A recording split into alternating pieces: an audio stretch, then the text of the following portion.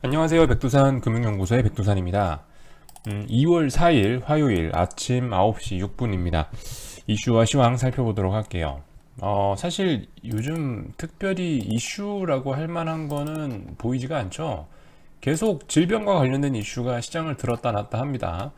그래서 제가 딱히 어떤 이슈를 얘기하는 건 좀 그렇고, 굳이 얘기하자면 이런 게 좀 될 것 같아요. 이런 거 대선 이슈 잘 보고 계십시오. 바이든과 샌더스, 누가 민주당의 대선 후보로 나올 것이냐가 지금 결정이 되려고 하는 그런 모양인가 봐요. 이 부분이 제가 봤을 때 조금 신경을 쓸 부분인 것 같고요. 나머지는 딱히 없는 것 같습니다. 전부 다 중국장 급락이 어쩌고 저쩌고, 병이 어쩌고 저쩌고, 전염병 관련된 얘기예요. 제가 봤을 때 우리가 좀 주목해야 될 만한 뉴스는 이게 아닌가 싶습니다. 결과적으로 중국장 문제인데요. 중국 본토 주식 문제인데, 자, 이 제목으로 제가 봤을 때 다 설명이 되는 것 같습니다. 중국 증시는 마이너스 10%가 하한가라고 합니다. 마이너스 10%. 자, 근데 현재 보시면은 어제 결과적으로 상해종합 마이너스 7.7% 마감했고, 어제 9%대 하락 출발해서 마이너스 7.7%. 낙폭 회복이 거의 안 됐다는 얘기고, 선전도 마이너스 8.4%입니다. 결론적으로 중국의 3,760개 종목 중에 3,257개가 하한가를 갔다. 10% 그죠? 10%. 근데 이거는 중국 같은 경우는 지금 전염병의 당사국이기 때문에 낙폭이 10%로 충분한가는 조금 또 의문을 가져볼 필요가 있을 것 같아요. 그죠? 물론 어제 우리가 중국장 개장하자마자 마이너스 9%, 마이너스 8%대를 보니까 와, 이 정도면 저가 매수세가 들어오지 않나라고 생각을 했지만 알고 보니 9%, 10%로도 사람들은 시장 참가자들은 낙폭이 모자라다고 지금 생각을 하는 모양인 것 같습니다. 이런 점을 조심해야 될 것 같아요. 우리나라보다, 미국보다, 하한가, 상한가 폭이 작기 때문에 중국이. 그래서 제가 봤을 때는 지금 시장 참가자들이 일단 10% 하한가로 만족을 못하고 있죠. 추가적으로 하락할 가능성이 있다는 겁니다. 물론, 단기적으로 봤을 때 마이너스 8%, 하루에 마이너스 7%, 8%가 엄청난 숫자긴 합니다만, 그거와 별개로 이슈 자체도 좀 강력했다라는 거. 그래서 이슈 자체의 영향으로 인해서 이슈 자체가 워낙 강력하기 때문에 7% 빠졌지만은 과연 반등할 수 있겠느냐라는 의문이 드는 부분입니다. 하한가 같다고 했죠. 이거 그러니까 오늘도 한 번 더 어쨌든 출렁할 가능성은 있는 겁니다. 이 전염병 이슈가 몇 프로 빠져야 되냐라는 시장 합의가 나오기 전까지는 계속 빠지는 거죠. 근데 아직 그 합의가 안 나왔죠. 아직 우리는 알 수가 없습니다. 몇 프로 빠지고 반등이 나올란지는 알 수가 없어요. 자, 아무튼 이런 내용들이 있고요. 결과적으로 어제 좀 투매가 나올 줄 알고 개인적으로는 좀 기다렸습니다만은 어제 투매가 딱 나오기 좋은 자리였는데 투매가 아니고 오히려 개기는 쪽으로 좀 선택을 했습니다.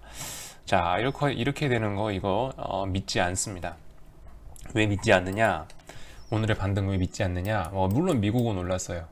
야, 미국 주식 시장 꼬라지 보니까 이제 반등할 때 된 거 아니냐 생각하실 수도 있습니다. 솔직히 반등에 대한 기대감이 굉장히 높은 자리긴 해요. 단기간에 한국이 주식이 굉장히 많이 빠졌기 때문에 반등의 기대감이 높은 자리긴 합니다만은 어쨌든 근데 시장이 더 가자잖아요. 시장이 더 빠지자고 하는데 왜 우리가 나서서 많이 빠졌니 적게 빠졌니 그런 얘기를 하는 겁니까? 그죠? 시장이 가자면 가는 거예요. 그죠? 근데 아직 시장이 멈추지 않았습니다. 더 아래쪽으로 가려고 폼 잡고 있어요. 미국 같은 경우는 어제 조금 오르긴 반등이 좀 나오긴 나왔습니다만은 어쨌든 저기 TVIX나 이런 쪽들을 보시면 아직까지 완전히 죽었다고 얘기하기는 좀 애매할 것 같아요.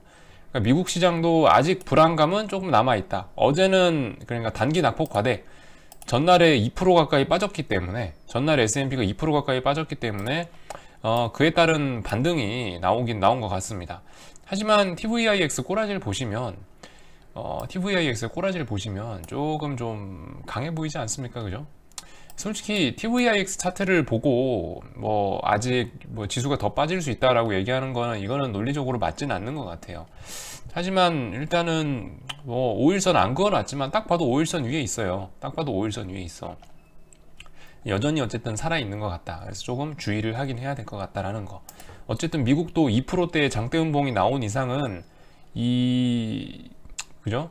2%대의 장대 음봉을 본 이상은 뭔가 얘네도 극단적인 뭔가가 있어야 이 하락이 이 불안감이 마감이 될 수 있다는 게 아닐까 싶습니다. 일단 2%대 장대 연봉을 받기 때문에. 아무튼 그렇고요. 어쨌든 그래서 미국은 올랐어요. 근데 이제 우리 여러분들이 좀 착각하시는 게, 미국이 올랐으니까 우리도 올라야지, 이거는 되도 않는 얘기입니다. 되도 않는 얘기. 물론 그럴 때도 있어요. 미국이 오르면 한국이 오를 때도 있지만, 제가 생각했을 때 요즘 여러분들이 이게 간밤에, 이게 저녁에, 새벽 시간에 미국 주식 시장을 보실 때 이거를 같이 꼭 보셔야 될 것 같습니다. 요즘에 미국 S&P하고 나스닥이 중요한 게 아니에요. 한국 주식 시장의 반등은 제가 봤을 때 얘네가 갖고 있습니다. 구리와 크루드 오일이 갖고 있는 것 같아요. 생각해 봅시다. 미국 주식이야 뭐 워낙 뭐 실적도 좋고 하니까 그렇다 치고, 근데 어쨌든 다음날 미국 시장이 마감되고 나서 아침 9시에 우리나라 신흥국 시장이 개장하지 않습니까? 이 신흥국 시장의 다음날 분위기를 예상하는 지표로서 제가 봤을 때 이 원자재 가격을 활용하시면 좋을 것 같아요. 자, 우리 한번 생각을 해봅시다. 중국이 예를 들어서 오늘 코스피에 급반등이 나오고 중국이 막 정말 추세적으로 오르고 이제 더 이상 우한 폐렴은 끝이야, 이제 그래서 추세적인 반등이 나와 라고 생각한다면은, 신흥국 경기와 가장 밀접한 연관이 있는 구리와 국제 유가가 왜 이렇게 매수세가 안 보일까요? 그죠?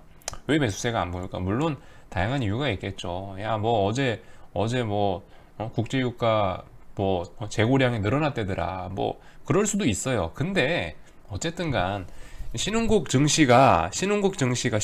만약 내일부터 좋아진다라고 하면 당연히 돈 싸들고 원자재에 베팅을 해야 되는 게 맞습니다. 특히 구리하고 국제유가 같은 경우는 신흥국 경기와 매우 밀접한 연관이 있기 때문에 반드시 올라야 돼요. 그래서 그러니까 오늘 코스피가 오르고 오늘 중국이 진짜 오르라고 생각했다면은, 이 사태가 끝났다고 생각하면 구리하고 국제유가 올라야 되는데 안 오르잖아요, 그죠? 오히려 어제 국제유가는 50달러를 붕괴시켰습니다, 장중에. 그리고 오늘도 개파락 출발해서 50달러에서 왔다 갔다 하고 있어요. 참고로 저는 오늘 아침에 조금 더 담았습니다. 국제유가 상승 베팅 양을 조금 더 늘렸어요. 아무튼 뭐 그런 상황인데, 그래서 결론적으로 드리고자 하는 얘기는, 다음날 우리나라 주식시장의 분위기를 파악하려면 제가 봤을 때 미국 주식만 보고 있기보다는 이 밑에 있는 저 구리라든가 크루드 오일 같은 원자재 가격을 주시하는 것이 좋을 것 같다라는 얘기입니다. 근데 어쨌든 얘네가 어제 오히려 좀 값이 더 낮아졌죠. 오히려 국제유가는 또 추가 급락했죠. 3%대. 그렇기 때문에 제가 봤을 때는 일단 오늘 반등은 쉽지가 않다. 물론 주식이기 때문에, 주식이 어제 낙폭이 조금 있었었기 때문에, 어제 반등세가 나왔었기 때문에 튀어오를 수는 있지만 의미 없다. 네, 이거 별로 의미 없습니다. 그래서 일단 어제 나온 고점은 확인했고요. 어제 나온 고점대에 대한 테스트는 확인했고, 누누이 말씀드리는데 이 부분 다시 확인해야 됩니다. 반드시 280 초반대의 지지력을 다시 한번 확인할 겁니다. 그래서 기다릴 거예요. 근데 지금 상황으로서는 그냥 단기 낙폭과대에 따른 일시적인 반등에 불과하다. 요게 제 생각입니다. 그래서 뭐 이거 어쨌든 여전히 언제든지 투매는 나올 가능성이 열려 있는 것 같습니다. 근데 오늘은 또 아닐 것 같아요. 오늘은 아닐 것 같아. 어쨌든 차라리 어제 투매가 나와줬으면 빨리 주식 사고, 주식 들고 계신 분들도 이제 마음 그만 불편하고 오르면 되는 건데, 근데 보시다시피 시장이 한 번 더 박살나는 쪽으로 지금 방향을 잡는 것 같습니다. 그래서 이거 지금 이렇게 뛰어오르는 건 뭐예요? 더 높은 데서 뛰어내려서 더 많이 다치려고 올라가는 것밖에 안 된다고 보여집니다. 주의를 하세요. 그래서 저점이 280.5가 나왔는데 280.5 붕괴될 가능성 충분히 있습니다. 280.5가 아니고 솔직히 잘 모르겠어요. 어디까지 빠질 수 있을라는가는. 원래 마지막 나오는 투매라는 게 굉장히 무섭기 때문에, 하여튼 투매의 가능성 여전히 열려 있습니다. 이렇게 비리비리하게 양봉 어설프게 보이면서 반등할 녀석이 아니에요. 뭐 코스닥 시장 봐도 뭐 그렇죠. 코스닥 시장 어떻습니까? 이것도 죽으려고 또 발광하는 거예요. 코스닥 시장 어제 올랐다 갭상승해서 빵 떠서 출발했다 5일선 걸렸죠. 또 아마 내려올 거예요. 쉽게 반등이 나오진 않으려고 하는 모양입니다. 자, 어쨌든 오늘도 똑같아요. 오늘도 중국 시장 문 열면 중국 시장의 반응이 가장 중요할 것 같습니다. 오히려 불안해요. 중국 10시 반에 개장하면 지금 오르고 있던 이 상승폭이 어떻게 될라나, 이거 지킬 수 있으려나 약간 의문이 듭니다. 그런 생각이 좀 들고요. 그리고 중국장 낙폭 잘 보시고, 삼성 SDI는 미쳤나봐요. 진짜 이거 25만 원대에 여기 갭 자리가 있기 때문에 여기 정도에서 매수하면 좋지 않을까라고 생각하고 주구장창 기다리고 있는데, 여러분들 이래서 주도주가 무섭다는 겁니다. 오늘 2차 전지들과 반도체 겁나게 올라가는 거 보이시죠? 자, 2차 전지와 반도체 올라가고 반등 나올 때 오늘보다 5G 안 나온다. 5G는 주도주 탈락이다. 뭐 명확하게 보여주지 않습니까? 여기 2차 전지 4종목 골고루 4%대씩 오르고요. 반도체 3종목, 뭐 반도체 2종목, 삼성전자 하이닉스 0.5%대 오르고 있고, 5G 테마주들 0.5%, 0.3% 하락. 말이 필요 없을 것 같습니다. 궁금한 거 리플로 남겨주시고요. 오늘 할 얘기 다 한 것 같아요. 일단 이렇게 되면은 오늘 일단은 오늘 투매는 없을 것 같다는 생각이 듭니다. 아마 힘을 모아서 하루 이틀 정도 옆으로 기다가 지지선 붕괴시키면서 팡 하고 박살이 날 것 같습니다. 느낌이요. 오늘 투매는 없을 것 같은 생각. 투매가 좀 미뤄졌습니다. 아무튼 여기서 마치도록 할게요.